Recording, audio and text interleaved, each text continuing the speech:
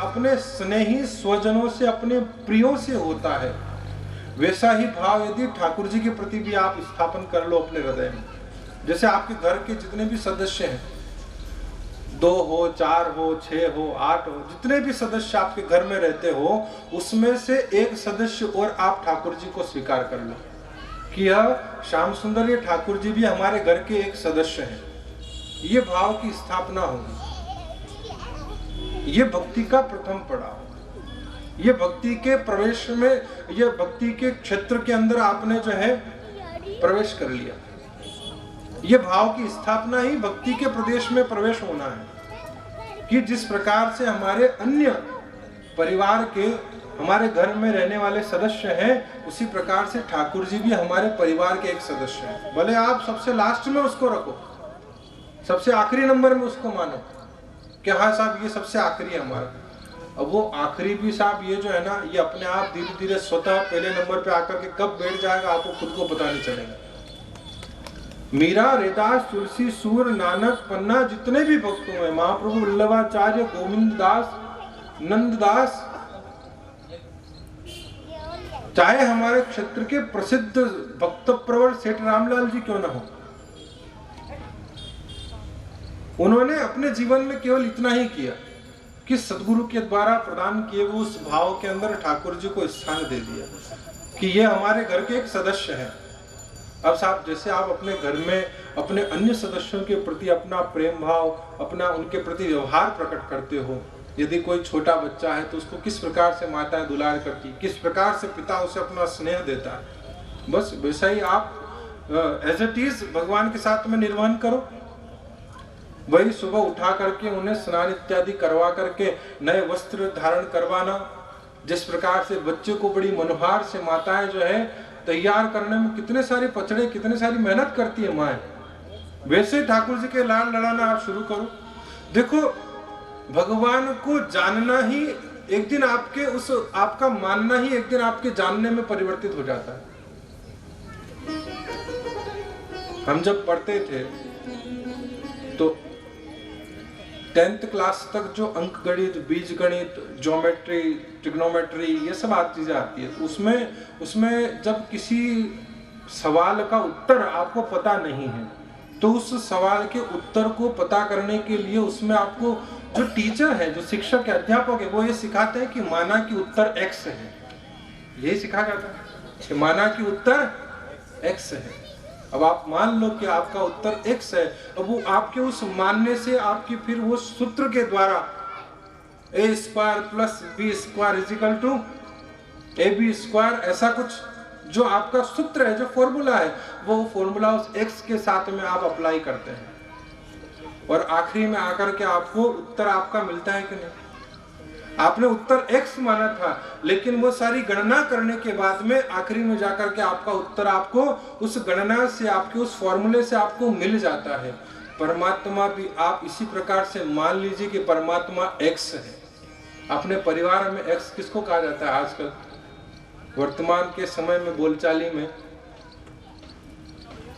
आप यदि परमात्मा को उस x स्वरूप मान करके ही स्वीकार कर ले कि हाँ भगवान है, आपका यह मानना ही एक दिन आपके जानने में परिवर्तित हो जाएगा। आप मान लीजिए ठाकुर जी हमारे परिवार के एक सदस्य हैं, बस उस सदस्य की तरह आप उनसे व्यवहार किया कीजिए। आपका वो व्यवहार धीरे धीरे कब आपकी वास्तविकता में परिवर्तित हो जाएगा आपको भी पता नहीं चलेगा, और यह वास्तविकता में परिवर्तित होना ही भक्ति।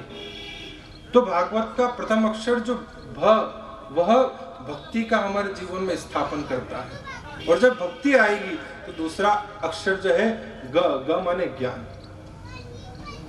व्यक्ति के अंदर ज्ञान, अब साहब ज्ञान जब होगा तो ज्ञान का स्वरूप भगवान ने स्वयं गीता के अंदर बताया है कि भस्मसात सर्व कर्माणि, जो अग्नि है ज्ञान की, वह ज्ञान रूपी अग्नि में व्यक्ति के अच्छे बुरे समस्त कर्म धीरे धीरे स्वतः जल करके नष्ट हो जाएंगे। फिर आप शुद्ध बन जाएंगे, फिर आप खरे बन जाएंगे। जब तक आपके अंदर विकार है, जब तक आपके अंदर मेल है, जो सोना है, सोने को जितना ज्यादा तपाया जाएगा उतना ज्यादा उसके अंदर खराबपन आता है, उसकी अशुद्धियां, उसके विकार धीरे धीरे खत्म हो जाते हैं। स्वर्णकार समाज आयोजित करवा रहा था, सब आपकी भाषा में आपको कथा कही जाए जल्दी समझ में आएगी। हाँ, जिसको जिस बोली में जिस भाषा में समझाया जाए तो बात जल्दी गले उतरती है। तो जिस प्रकार से सोने को जितना ज्यादा तपाया जाए तो उसकी अशुद्धियां, उसके विकार जल्दी दूर होंगे, वो खरापन को प्राप्त होगा। तो ज्ञान रूपी अग्नि जब प्रज्वलित होती है तो ज्ञानाग्नि सर्वकर्माणि भस्मसात् कुरुते अर्जुन। अर्जुन, जब ज्ञान की अग्नि प्रज्वलित होगी तब तुम्हारे शुभ अशुभ सभी कर्म जल करके नष्ट हो जाएंगे, तब तुम्हारे अंदर शुद्धता आ जाएगी, तब तुम पवित्र हो जाओगे।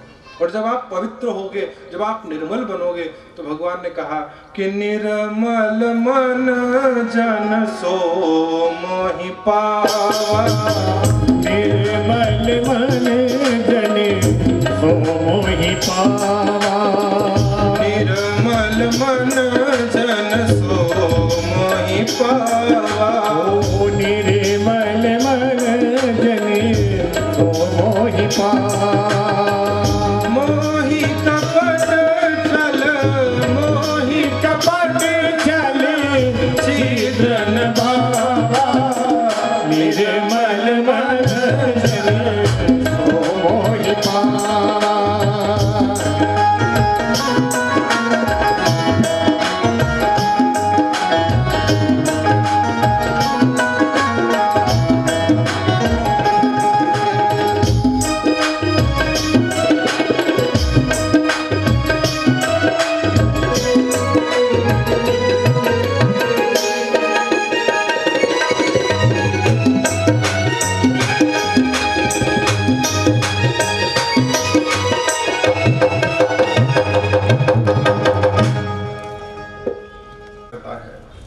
भागवत भी हमें वही शुचिता प्रदान करती है।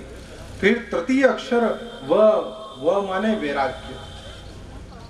और वैराग्य जो है साहब, वैराग्य का अर्थ, वैराग्य का तात्पर्य है कि व्यक्ति जब भक्ति आ जाए, जब ज्ञान आ जाए, तो वह व्यक्ति के अंदर जीवन में वैराग्य की वह स्थिति आती है कि वह हर हाल में खुश है जिसमें तेरी रजा है।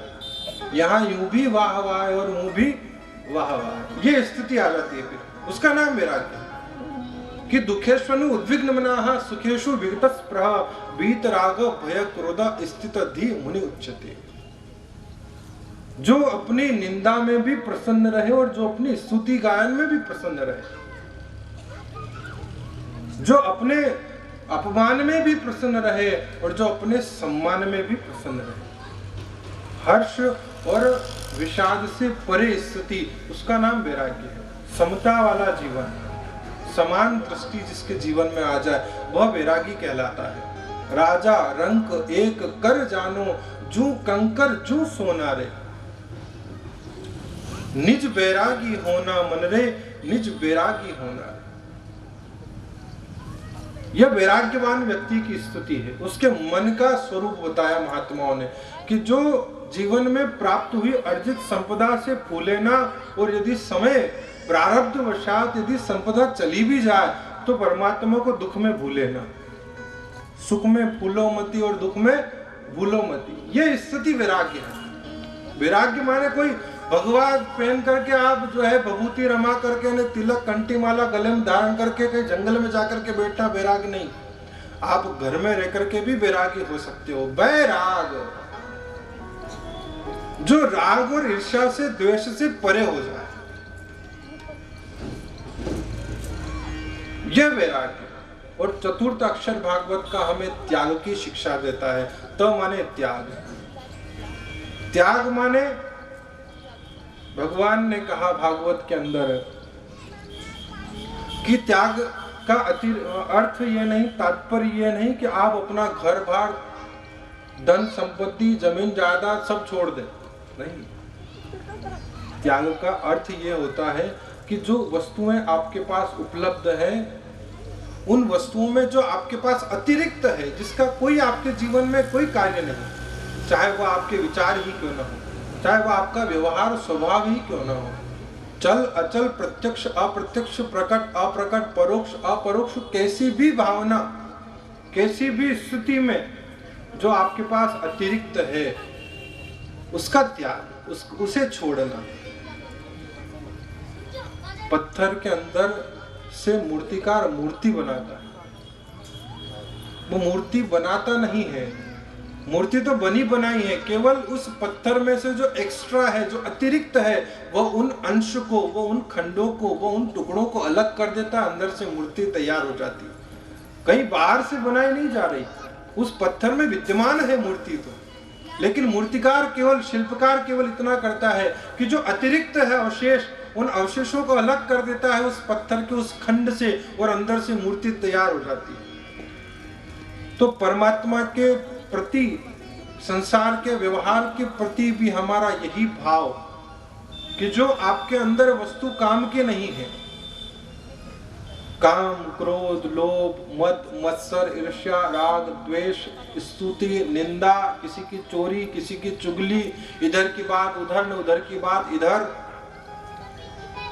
मान अपमान की जो भावना, जिसका हमारे जीवन में कोई काम नहीं है, जो हमारे जीवन के लिए उपयोगी नहीं है, उस अतिरिक्त वस्तु को त्याग कर देना, उसे हटा देना, उसे वर्जित कर देना ही त्याग कहलाता है। तो यह भागवत हमें इन 4 अक्षरों से इस प्रकार के 4 व्यवहार की शिक्षा देती है। भ से भक्ति, ग से ज्ञान, व से वैराग्य और त से त्याग। ये है भागवत। और त्याग छोड़ने के लिए तो यदि कोई चीज है तो सत्पुरुष कहते हैं कि नारायण 2 बात का कीजिए सदा विचार, करी बुराई ओरने और आप कियो उपकार। 2 बातें छोड़ने लायक बताई। त्याग यदि करना है तो इन 2 बातों का जीवन में त्याग कर दो। कौन सी? कि एक तो करी बुराई ओरने, अर्थात किसी ने आपकी बुराई की हो, किसी ने आपके प्रति कुछ निंदा का, कुछ अवाच्य दुर्वाच्य का प्रयोग किया हो, किसी ने आपके प्रति अप्रिय शब्दों का प्रयोग किया हो, अप्रिय संभाषण किया हो, और आपको पता चल जाए उसके बारे में, कोई आपसे आकर के कह भी दे कि अरे वो फला व्यक्ति तुम्हारे लिए ऐसा ऐसा कह रहा था, तो आप बजाय उससे लड़ने के, आप बजाय उसको कुछ सुनाने के, आप उसे वहीं रोक दें कि भैया ठीक है, उसने कहा तो वो उसकी जाने, उसने कहा होगा, वो उसका कर्म कर रहा है, मुझे उससे कोई लेना देना नहीं। करी बुराई ओरने, यदि किसी ने आपकी बुराई की। और दूसरी बात, आप क्यों उपकार, आपने किसी का भला किया है तो उसे जताओ मत, किसी के ऊपर कोई एहसान किया तो उसे दिखाओ मत, उसे जताओ मत, बार बार उसे कह करके इस प्रकार से अपमानित मत करो। ये 2 चीजें अगर आपने छोड़ दी, यही आपका सबसे बड़ा त्याग है। एक तो किसी का किया हुआ बुरा, और आपके द्वारा किसी का किया हुआ अच्छा। ये 2 बातें आप छोड़ दो, जीवन में सबसे सुखी रहोगे। लेकिन व्यक्ति हमेशा इनका उल्टा करता है, अपना किया हुआ एहसान हमेशा याद रखता है, और दूसरे की हुई बुराई भी हमेशा याद रखता है। उसने मुझे ये कहा था, मैं भी समय आने पर, वक्त आने पर बदला लूंगा। अब जैसे आपने वो बदला लेने की भावना मन में रखी, ये आपका वेर पल गया। और वेर जो है वो ऐसी अग्नि है, वो ऐसी आग है जिसमें सामने वाला कम, खुद ज्यादा जलता है, आदमी खुद ज्यादा परेशान होता है। सामने वाला तो उससे परे है, सामने वाले को तो उसका बोध भी नहीं, उस बात का उसे ज्ञान भी नहीं। आप स्वयं ही अपने मन में जले जा रहे हैं, उस दावानल में धधक रहा है आपका हृदय, आपका अंतःकरण। तो करी बुराई ओरने और आप कियो उपकार, ये 2 चीजें यदि आपने याद रख ली जीवन में, तो आपसे सुखी संसार में दूसरा कोई नहीं। भागवत हमें इसी शाश्वत सुख की ओर ले जाती है। इसी भावना को पुष्ट करने के लिए हमारे मन के हृदय रूपी उस खेत में राम नाम रूपी बीज को अंकुरित करने के लिए, भागवत भक्ति का संचार करने के लिए एक रसायन की तरह है, खाद है यह, जो हमारे अंतःकरण में भक्ति को पुष्ट करती है, भक्ति को बलवान करती है, भक्ति का श्रृंगार करती है, भक्ति के आरोग्यता को जो है उसकी स्वास्थ्य को वृद्धि की ओर ले जाती है। जिस प्रकार शरीर का स्वस्थ रहना लाभदायक है, पहला सुख निरोगी का है। सबसे पहला सुख जो है, महात्माओं ने शरीर की आरोग्यता को बताया। जब महाराज युधिष्ठिर से यक्ष ने प्रश्न पूछते हुए पहला प्रश्न ये रखा कि महाराज युधिष्ठिर, आप मेरे प्रश्न का उत्तर देते हुए मुझे यह बताइए, मेरा प्रश्न है कि संसार का सबसे बड़ा आश्चर्य क्या है? आपसे पूर्व में आए हुए आपके चारों भाई, उनसे भी मैंने यही प्रश्न पूछा था, उन्होंने उत्तर दिया नहीं और बिना मेरे प्रश्न के उत्तर दिए उन्होंने जलपान करने की चेष्टा की, इसलिए वो सभी मूर्छित हैं। यदि आप भी मेरे प्रश्न का उत्तर नहीं देते हुए जलपान करने की चेष्टा करेंगे तो आप भी मूर्छित हो सकते हैं, आपका भी प्राणांत हो सकता है। तो मेरा प्रश्न ये है कि संसार का सबसे बड़ा आश्चर्य क्या है? महाराज युधिष्ठिर ने कहा, शरीर का स्वस्थ रहना ही सबसे बड़ा आश्चर्य है। शरीर का स्वस्थ रहना सबसे बड़ा संसार का आश्चर्य है। क्यों साहब? क्योंकि आप बैठे हो, अच्छे खासे चल फिर रहे हो, खा पी रहे हो, क्या पता एक क्षण नहीं लगता है बैठे बैठे व्यक्ति को कब क्या किस समय कौन सा रोग शरीर में पैदा हो जाए। आयुर्वेद कहता है कि कई प्रकार के असंख्य असाध्य बीमारियां हमारे शरीर में पूर्णरूपेण पूर्व से ही विद्यमान है, लेकिन ये भगवान की कृपा है, महती अनुकंपा है कि वह सभी रोग, वह सारी व्याधियां, वह सारी बीमारियां भी सुषुप्त है। इस बात की कोई गारंटी नहीं, कोई निश्चितता नहीं, कोई प्रमाणिकता नहीं कि कब किस समय कौन सी बीमारी आपके शरीर में अपना सिर उठा ले। तो पहला सुख निरोगी का है, हमारा शरीर सुखी है, स्वस्थ है, यह सबसे बड़ी परमात्मा की कृपा है, यह उसकी देन है, यह उसकी अनुकंपा है। तो जिस प्रकार से शरीर का स्वस्थ रहना, शरीर की आरोग्यता के लिए आपका जो दैनिक नित्यक्रम है वो बड़ा संतुलित होना जरूरी है, परम आवश्यक है। उसी प्रकार से भक्ति के स्वास्थ्य को, भक्ति की आरोग्यता को भी बनाए रखना यह हमारा कर्तव्य, यह हमारी जिम्मेदारी है।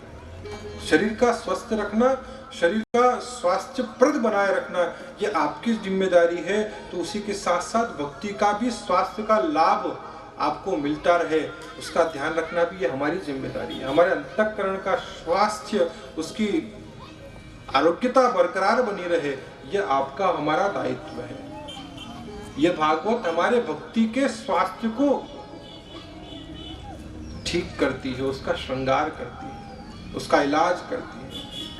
जैसा मैंने निवेदन किया कि भागवत यह हृदय का कैंप है, यह अंतःकरण का कैंप है, यह शिविर है जो 7 दिन तक आपके अंतःकरण में पलने वाले विभिन्न असाध्य कलयुग के दोषों से प्रभावित विकारों का इलाज करेगी। 7 दिन तक आप हम सभी अपना मन का, अपने अंतःकरण का इलाज करने के लिए यहाँ पर एकत्रित होंगे।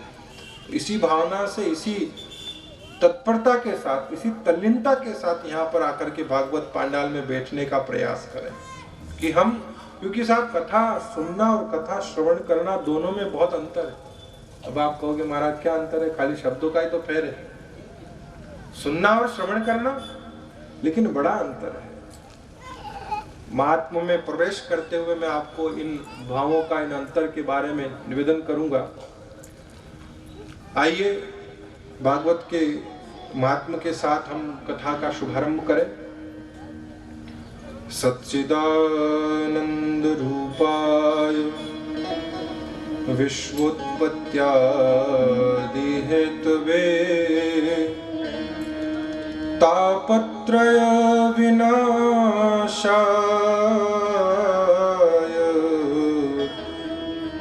श्री कृष्णाय वयं नुमः।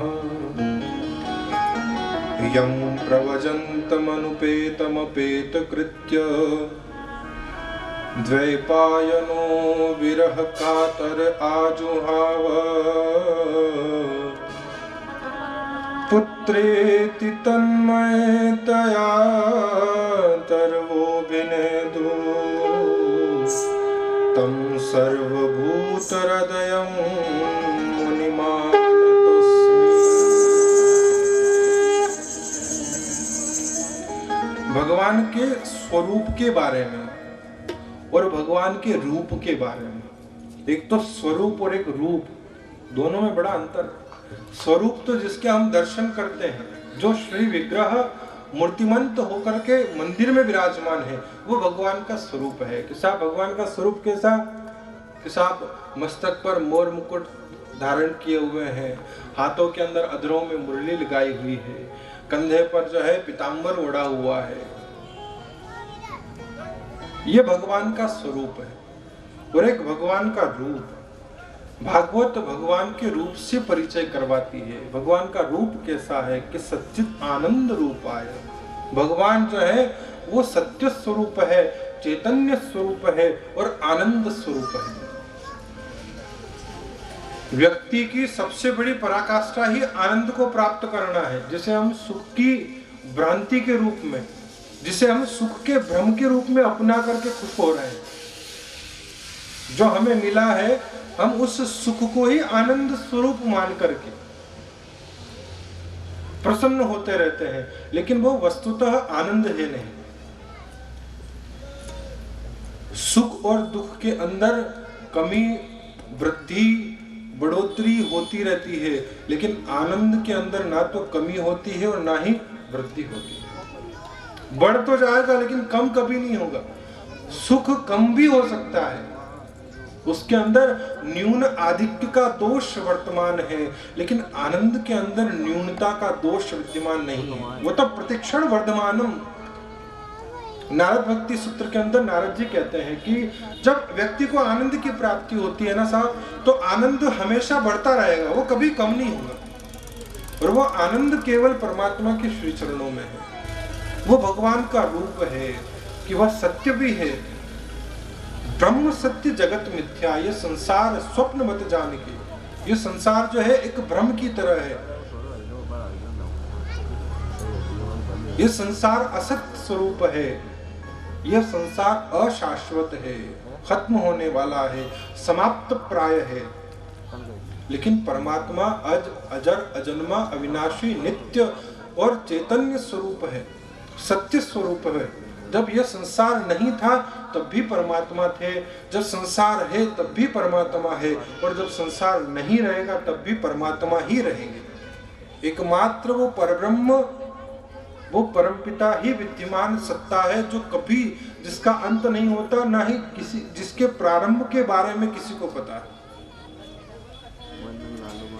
आदि और अंत से रहित जो परे व्यवस्था है, वह परब्रह्म परमात्मा है। तो वह सत्य स्वरूप है, वो चैतन्य स्वरूप है। यह पूरा प्राणी वर्ग व्याप्त दृश्य जगत जो है, यह जड़ वर्ग है।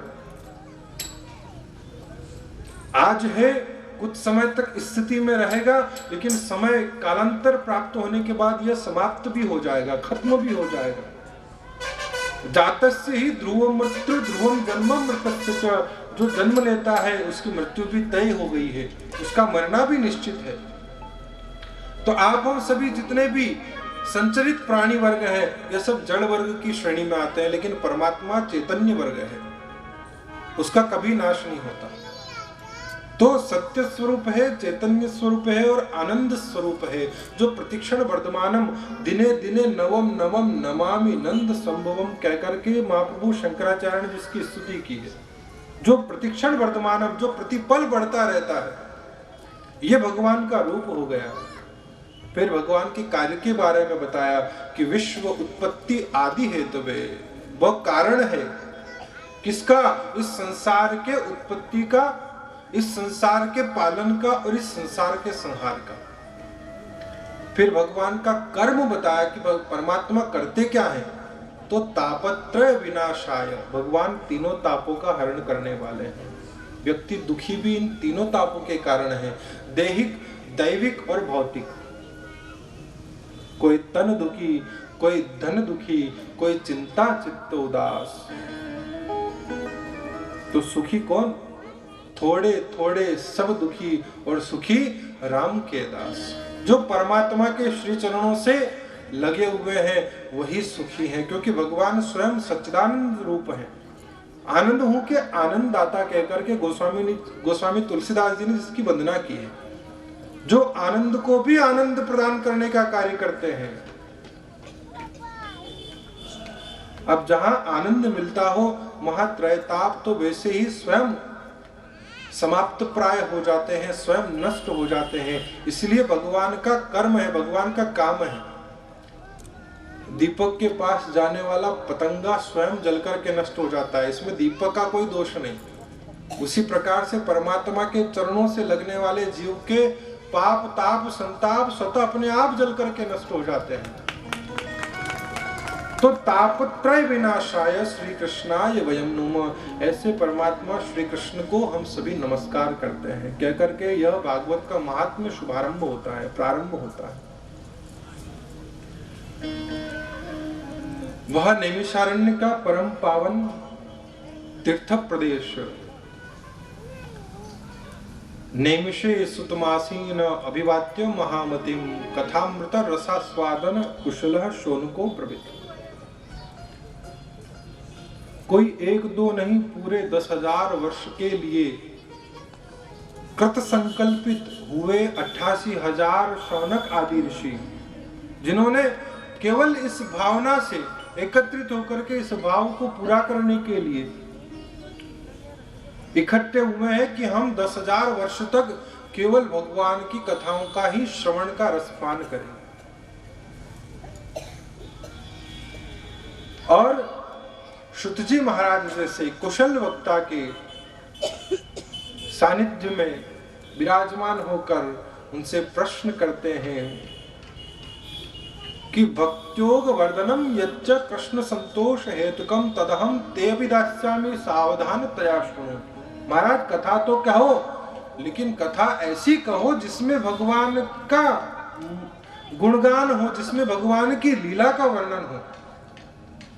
कहानी किससे सुनने के लिए हम आपके पास में नहीं आए हैं, हम आपके पास में भगवान की गाथा, भगवान की महिमा, भगवान के गुणानुवाद, जिनको सुनकर के भगवान के प्रति चरणों में प्रेम स्थापित होता हो।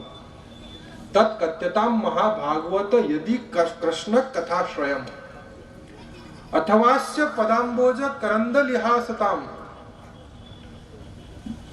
अरे महाराज, बाकी तो संसार के व्यर्थ वार्तालाप, संसार के गपोड़े तो कहीं भी बैठ करके चौराहों पर, कहीं भी घर के बाहर चबूतरे पर बैठ करके भी किए जा सकते हैं, लेकिन किसी तीर्थ क्षेत्र में, किसी परम पावन भूमि पर बैठ करके हम आपके सानिध्य में भगवान की कथा श्रवण करने के लिए इकट्ठे हुए हैं। आपसे प्रार्थना है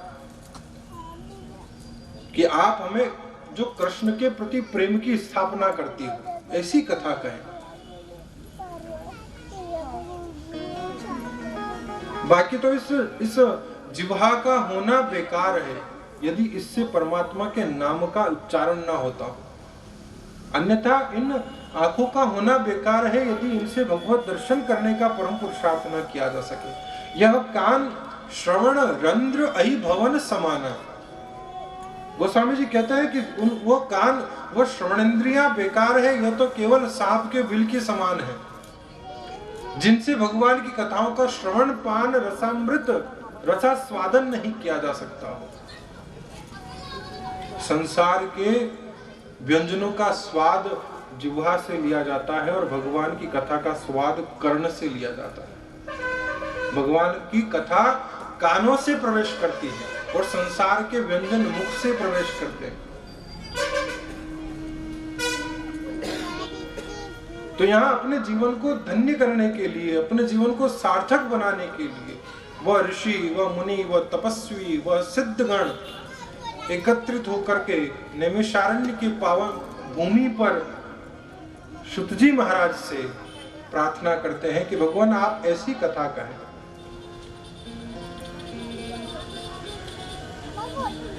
और जिसको परीक्षित के कल्याण के लिए सुखदेव जी महाराज ने श्रवण करवाया, तो उस परीक्षित महाराज के चरित्र को श्रवण करवाते हुए आप भगवान श्री कृष्ण की कथा कहें कि जिसे श्रवण करके महाराज परीक्षित को 7 दिन में मुक्ति की प्राप्ति होगी। जो मुक्त हो गए, जिनकी सद्गति हो गई, जिनका उद्धार हो गया। शुतजी महाराज ने देखा कि प्रीति शौनकः चित्ते ते रतो वचमे विचार्य च सर्व सिद्धांत निष्पन्नम संसार भय नाशनम। यह प्रश्न भी पूछा गया तो आप हम जैसे कलयुगी प्राणियों के उद्धार के लिए, कल्याण के लिए, उनके भय को, उनके रोग को, उनके शोक को निवारण करने के लिए आप आरती गाते हैं ना, भर्म कर्म अरु सर्म संशय शोक सारो जाय है। कथा यही करती है, आपके भर्म को, आपके कर्म को और आपके शर्म को। परमात्मा के सामने व्यक्ति सदैव आवरण युक्त होकर के जाता है, आवरण मुक्त होकर के नहीं जाता। जितना नाचने कूदने में संसार के डीजे के सामने मजा आता है, वहां चौड़े धाड़े सड़कों पर नाचने में शर्म नहीं आती, लेकिन कहीं कथा कीर्तन में, कहीं कहीं भजन संध्या में, जागरण में, भगवान के सामने, ठाकुर जी के सामने नाचने में शर्म आए। नहीं साहब, यहाँ तो मनक देखी रहा, यहाँ तो लोग देखेगा, कहीं कहेगा कि लो साहब फलाना की छोरी ने के पढ़ाना को चोरों के पढ़ाना की लाड़ी वहां कथा में पंडाल में नाच रही थी, और वही नाच गान वहां बैंड बाजों के सामने चौड़े धाड़े बाजार में नाचते कूदते निकलो, पूरा जुलूस निकाल करके, उसमें शर्म नहीं आती। वहां बड़ी जो है अपनी कुल की मर्यादा का वहां बहुत वो पालन हो रहा है, वहां बड़े अनुशासित हैं आप, वहां आपका जो है मान है, वहां सम्मान है, वहां गर्व गुमान है। और यहाँ तो नहीं साहब मन देखेगा, हो नहीं किया, यहाँ लज्जा है। ये शर्म भगवान की कथा दूर करती है। ठाकुर जी के समक्ष यदि नृत्य नहीं किया, मैं तो कई बार निवेदन करता हूँ, महात्माओं से सीखा है, जो सत्पुरुषों के सन्निधि में रह करके जो श्रवण किया है, आज से 15, 20, 25 वर्ष पूर्व हमारे भारत में डिप्रेशन नाम का शब्द नहीं था। डिप्रेशन किसको कहते हैं, हमने तो बचपन में सुना भी नहीं था डिप्रेशन होता क्या। कहा सा गोपाल जी, डिप्रेशन कहीं भी कोई एक सज्जन महात्मा, कोई सज्जन आकर के कहने लगे, महाराज मुझे वो हो गया है। इनका भैया क्या हो गया? अरे मुझे वही जो होता है ना वो हो गया। अरे मैंने कहा क्या होता है जो हो गया है? अरे महाराज वो जो डी से कुछ होता है ना, मुझे वो हो गया है। मैंने कहा भैया डी से तो कोई डिप्रेशन, हाँ महाराज मुझे डिप्रेशन हो गया है। मैंने कहा भैया जिसका नाम तुझे नहीं आ रहा है वो तुझे कैसे हो सकता है? जिसका नाम तुझे नहीं आ रहा है वो तुझे कभी नहीं हो सकता। डिप्रेशन हो गया, कैसे हो गया भैया डिप्रेशन? डिप्रेशन क्या होता था ये हम जानते भी नहीं थे। और आजकल वर्तमान की परिस्थितियों में देखो आप, छोटे छोटे 8वीं 10वीं में पढ़ने वाले बच्चे कह रहे साहब हम डिप्रेशन से ग्रस्त हैं, अवसाद ग्रस्त हैं। क्यों? क्योंकि प्रसाद नहीं मिल रहा, इसलिए अवसाद है जीवन में। जहां प्रसाद की कमी आती गई है वहां अवसाद बढ़ता गया। प्रसाद से दूर होते गए, अवसाद से गिरते जा रहे हैं। भगवान के दर्शनों का जो नित्य प्रति का नियम हुआ करता था, हमारे भारतीय वैदिक सनातन संस्कृति के संस्कार थे कि व्यक्ति प्रातःकाल स्नान ध्यान से निवृत्त होकर के पहले ठाकुर जी के मंदिर पहुंचते थे, दर्शन करते थे, और दर्शन लाभ लेकर के पंडित जी के द्वारा चरणामृत तिलक प्रसादी का जो है हमें पान करवाया जाता था, वो दिया जाता था। तो वो प्रसाद पाते थे नित्य प्रति ठाकुर जी के मंदिर का, भले ज्यादा कुछ नहीं तो कल्याणी के 2 दाने ही लेकर के आए, लेकिन वो प्रसाद भी हमें अवसाद से दूर रखता था। आज वो प्रसाद पाने की परंपरा खत्म हो गई। भोजन भी करते थे तो उसे भोजन स्वरूप में ग्रहण नहीं करते थे, ठाकुर जी को भोग लगा करके उसे प्रसाद स्वरूप में अंगीकार किया करते थे। तो प्रसाद की महत्ता को बताते हुए तो प्रसादी प्रतीत सु करे पवित्र मन और चरणामृत चितवन हरे चित की राम चरण। महापुरुषों ने कहा कि प्रसाद का तो इतना बड़ा प्रभाव है। भगवान स्वयं गीता के अंदर वर्णन करते हैं कि प्रसादे सर्व दुखानाम हानिरस्योपजायते। अर्जुन, प्रसाद के अंदर इतनी बड़ी ताकत है कि व्यक्ति के समस्त प्रकार के अवसादों का समूल नाश कर देती, जड़ से उखाड़ करके फेंक देती। डिप्रेशन, कौन सा डिप्रेशन? अरे जो प्रसाद पाए उसके तो 2-2, 4-4 कोस तक डिप्रेशन नाम की बीमारी नहीं हो सकती साहब। प्रसाद के अंदर इतनी ताकत है, इतना प्रभाव है। भोग लगा करके माताएं भोजन तैयार करके अपने घर के सभी सदस्यों को पावन करवाती थी, बिना नहाए धोए चौके चूल्हे में प्रवेश नहीं होता था। अब तो साहब स्कूल ही सुबह 6-6, 7-7 बजे के हो गए, कौन सा नहाए धोए, कोई मुंडो धोए न जय रसोई घर में न बनाए ऋषभ बोलते भोजन ने टिफिन भर के तैयार करके ने भेजे छोरे छोरी के पास। रोष में गुस्से से ये भारी टेंशन आपत्ति सुबह सुबह को स्कूल कई काम को ऐसी पढ़े की जरूरत है। अब वो जिस मन से आपने भोजन बनाया और उसी भी वैसा ही भोजन करे, घर वाला भी वैसा ही भोजन करे, तो दांत पीसते पीसते वो घर वाली रोटी बनाए, दांत पीसते पीसते वो घर वाला रोटी खाए, वो फिर जाए वहां भी दांत पीसे, नौकरों के ऊपर वो भी गुस्सा उतारे, इधर स्कूल में जाए तो वो छोरा धमाल करे, टीचर के शिक्षक के नाक में दम करे, घर आए तो बस्ता कहाँ, कपड़े कहाँ, ने वो कहाँ। ऐसे उदाहरण ने कलेश नित्य प्रति तैयार। अब गाओ आओ आकर के महात्माओं के पास जाकर के वो महाराज बहुत परेशानी, घर में बहुत कलेश है। अरे कलेश की जड़ तो तुम खुद हो, कलेश की जड़ तो तुम खुद हो। कहीं बाहर से कोई आकर के, कोई पड़ोसी के, कोई मिलने वाला, कोई रिश्तेदार आकर के तुमसे झगड़े कर रहा है, या कोई आस पड़ोस के आकर के तुम्हारे घर में कलेश बोल रहे हैं। क्लेश कहां से पैदा हो रहा है? क्लेश कौन क्लेश का जो है पूरा वातावरण तैयार कर रहा है? क्यों? क्योंकि मन के विचार दूषित हैं। मन के दूषित विचारों के शुद्धिकरण के लिए भागवत है। यह भागवत एक ऐसा संपूर्ण ग्रंथ है जो आपको पारलौकिक जीवन के साथ साथ लौकिक जीवन की शिक्षा भी प्रदान करती है। सद्गति तो है ही सही, मुक्ति मोक्ष परम तत्व की प्राप्ति तो है ही सही, लेकिन परम तत्व की प्राप्ति तो तब हो, सद्गति तो तब हो जब यह हमारा लौकिक जीवन मर्यादित हो, जब यह यहाँ संसार का जीवन ही हमसे हैंडल नहीं हो रहा है, जब यहाँ ही संतुलन नहीं है, तो वहां जाकर के कौन सी नौकी तेरा करोगे? वहां जाकर के किस प्रकार से ठीक ठाक व्यवस्थाओं को जो है प्राप्त कर पाओगे? जब यही संतोष नहीं, जब यही मन प्रसन्न नहीं है, तो फिर साफ अप्रसन्नता से व्यक्ति कैसे सद्गति को प्राप्त कर सकता है? सद्गति तो तब होगी जब सद्बुद्धि भी दिमाग में उपस्थित हो, सद्विवेक जागृत हो, सद्विचार पैदा होते हो, तब जाकर के सद्गति प्राप्त हो। इसलिए 4 प्रकार के भव का जो है संदेश महात्माओं ने दिया कि परिवार के अंदर भजन, भोजन, भ्रमण और भाष्य, ये 4 भ साथ होने चाहिए। अलगाव, क्लेश, ये विघटन, यह इसी कारण से बढ़ते जा रहे हैं। हमारा तो वैदिक परंपरा, हमारी भारतीय संस्कृति तो साफ ज्वाइंट फैमिली की राह करती थी, संयुक्त तो परिवार हुआ करते थे हमारे यहाँ पर।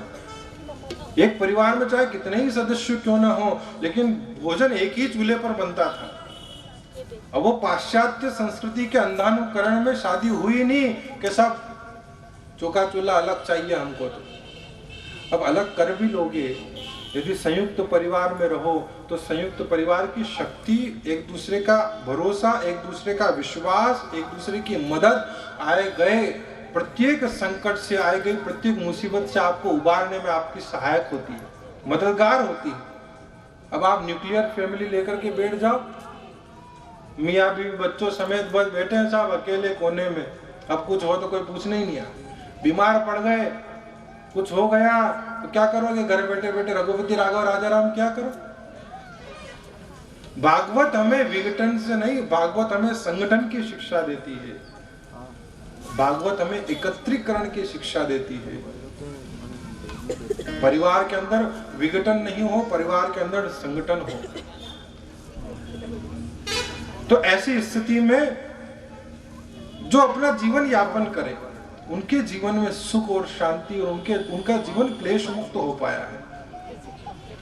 तो यह भागवत जो कही गई, यह इन विचारों की स्थापना के लिए सुत जी महाराज ने श्रवण करवाई कि जीवश्च असुराम गतः, जहां जीव प्राणी मात्र अपने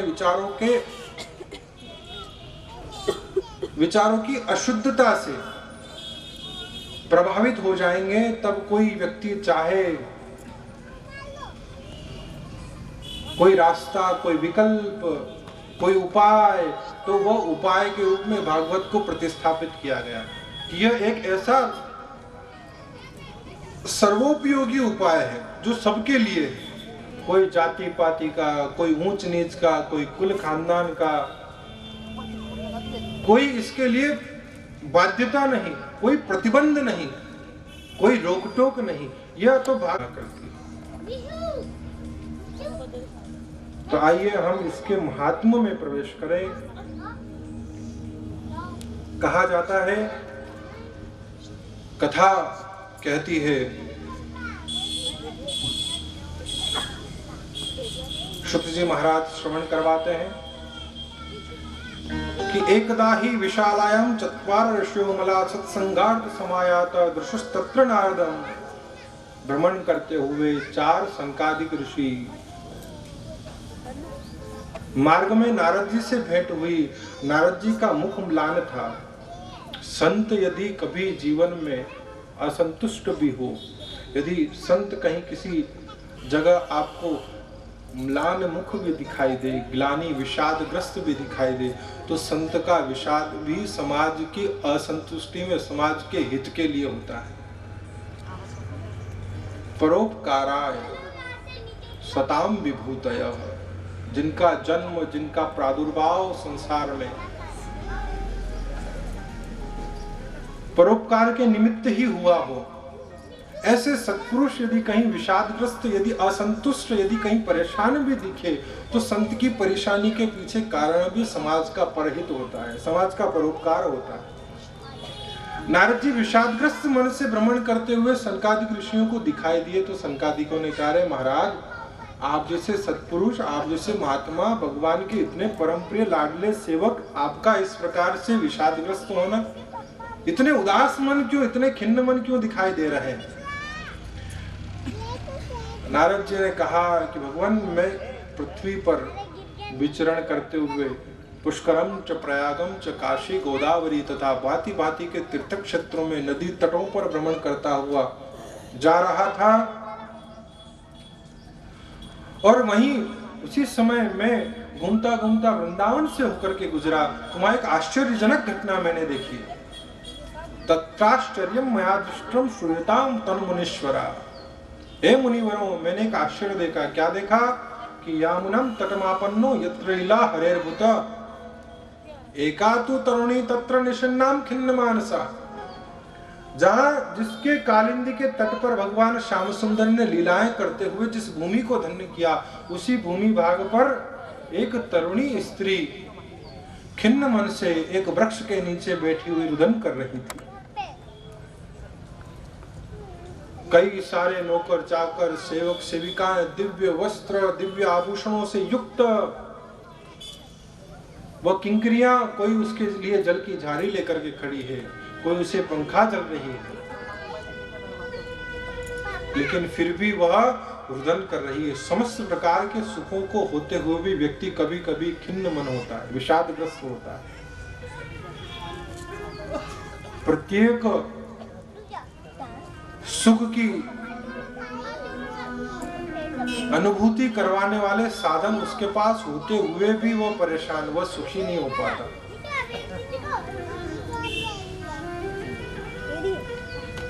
क्योंकि 2 वस्तुओं का अभाव जीवन में होता है, ज्ञान और वैराग्य।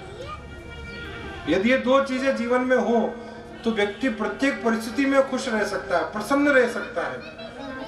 भक्ति के भी जीवन में ज्ञान और वैराग्य वृद्ध हो गए, और ज्ञान और वैराग्य के वृद्धता ने ही भक्ति के पास सब कुछ होते हुए भी उसे दुखी बना रखा है। उनकी वृद्धता के निवारण के लिए नारद जी जैसे वहां से गुजरे, देखा, परेशान तो हुए, लेकिन लोक व्यवहार, लोक मर्यादा के कारण देख करके आगे जाने लगे। तो उस स्त्री ने कहा, भो हो साधु क्षणम तिष्ठ मम चिंतामपि नाशय दर्शनम तव लोकस्य सर्वतागहरम परम। वह नारी कहती है महात्मा को देख करके, अरे सत्पुरुष है महात्मा, है साधु क्षणम तिष्ठ, एक क्षण के लिए आप रुक जाइए। मम चिंतामपि नाशय। संसार में जब समस्या विकट हो जाए, जब परेशानियां, जब विपदाओं का, आपत्तियों का पानी सर से ऊपर जाने लगे, तो अपनी समस्याओं का समाधान करने के लिए संसार के पास मत जाना, किसी महात्मा की सन्निधि, किसी संत की शरण ग्रहण करना। भक्ति के पास सब था, पूरा संसार था, सारी आवश्यकताओं को पूरा करने वाली भौतिक वस्तुएं थी, साधन थे, लेकिन फिर भी कोई विषाद से उबार नहीं पाया। और जब महात्मा दिखे तो महात्मा को देख करके कहा, महात्मन मम चिंतामपि नाशय, आप मेरी चिंता का निवारण करें। दर्शनम तव लोकस्य, अरे आप जैसे सत्पुरुषों का दर्शन, आप जैसे महात्माओं का साथ, आप जैसे महात्माओं की सन्निधि तो सर्व ताग हरम परम, एक लोक के नहीं सर्व लोकस्य, सारे त्रिलोकी को पावन कर देने वाला होता है। उनके समस्त प्रकार के कर्मों का, उनके समस्त प्रकार के पापों को दूर करने का कार्य करता है। दर्शनम तव लोकस्य सर्व ताग हरम परम, सभी प्रकार के पापों को दूर करने का काम करती है सत्संगति।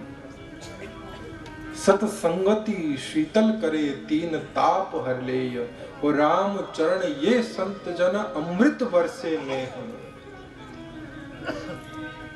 ऐसी सत्संगति की विलक्षण अद्भुत महिमा भक्ति स्वयं प्रकट कर रही है, जिसके आश्रय से व्यक्ति परमात्मा तक पहुंचता है। वह भक्ति सत्संगति को यहाँ पर प्रकट करते हुए कह रही है कि आप जैसे संतों का, सत्पुरुषों का साथ, सानिध्य अच्छे अच्छे बिगड़े हुओं की किस्मत बनाने के लिए पर्याप्त है।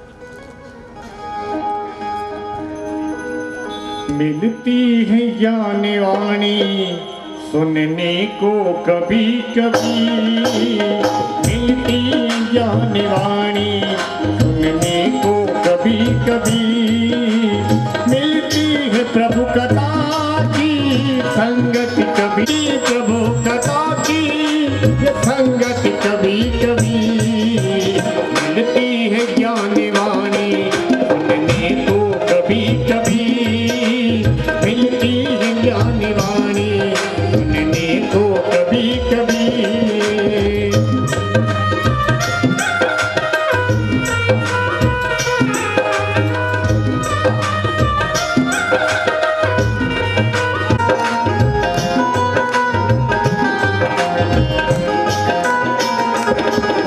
घबरा के मोह न फेरना इस धर्म मार्ग से, घबरा के मोह न फेरना इस धर्म मार्ग से, आते हैं जिंदगी में ये क्षण कभी कभी, आते हैं जिंदगी में ये क्षण कभी कभी।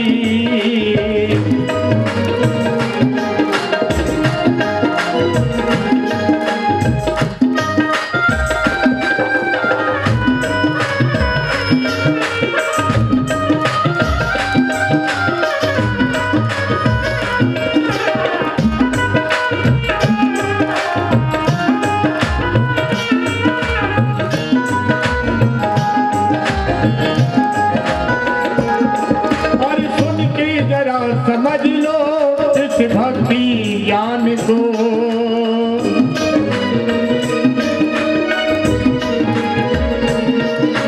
सुन के जरा समझ लो इस भक्ति ज्ञान को, देती है प्रभु शरण में किस्मत कभी कभी, लेती प्रभु शरण में किस्मत कभी कभी, मिलती है ज्ञान वाणी सुनने को कभी कभी, मिलती है ज्ञान वाणी सुनने को कभी कभी, मिलती है प्रभु कथा की संगत कभी कभी।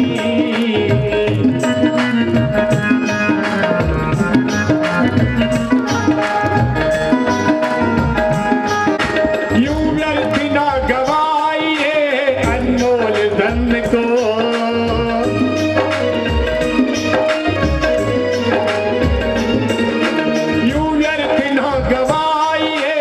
अनमोल जन को, उठती है धर्म भावना, उठती है धर्म भावना मन में कभी कभी, उठती है धर्म भावना मन में कभी कभी, मिलती